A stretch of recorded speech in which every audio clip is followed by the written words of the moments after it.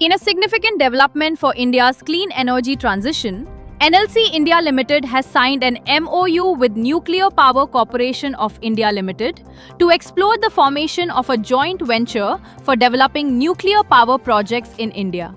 The agreement signed on 25th May 2026 marks a strategic collaboration aimed at strengthening India's long-term energy security and supporting its net zero carbon ambitions.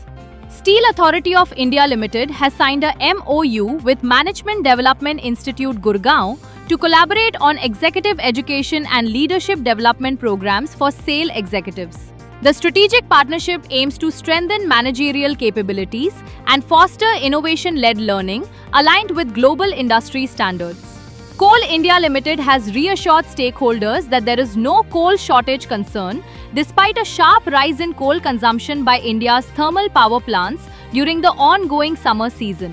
In a press release dated 26 May 2026, the company stated that a total coal buffer of 168 million tons is currently available within the system to meet rising electricity demand.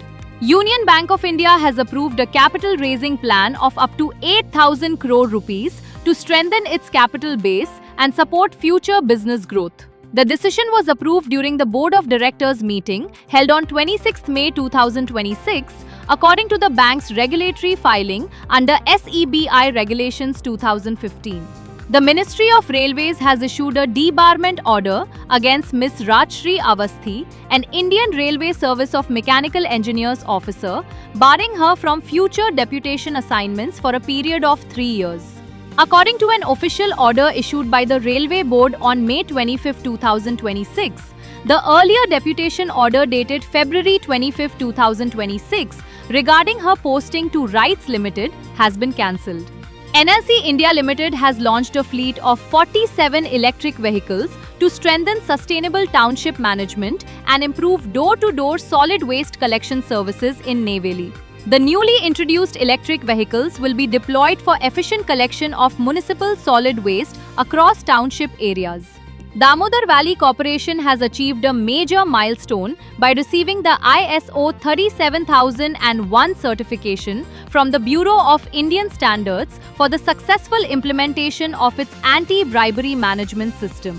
The certification reinforces DVC's commitment to transparency, accountability, integrity, and ethical governance across the organization.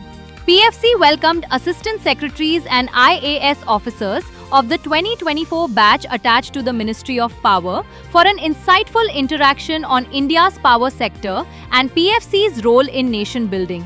The session highlighted PFC's journey, key business areas, initiatives such as RDSS, and PFCCL's role in supporting the power sector through consultancy services.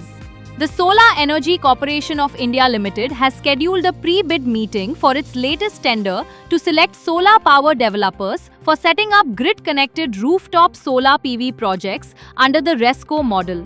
The meeting for the RTSPV Tranche X tender will be held online on June 1, 2026 at 2:30 p.m. Indian Standard Time via the Microsoft Teams platform. Andrew Yule and Company Limited reported its audited Q4 FY26 standalone results, posting a net loss of 4,285.15 lakh rupees compared to a loss of 1,225.83 lakh rupees in Q4 FY25. The company's revenue from operations stood at 9,165.96 lakh rupees, slightly lower than 9,751.05 lakh rupees in the same quarter last year, while total income came in at 9,994.46 lakh rupees. The loss before tax was reported at 4,957.69 lakh rupees, with earnings per share (EPS) at 0.88 loss per share.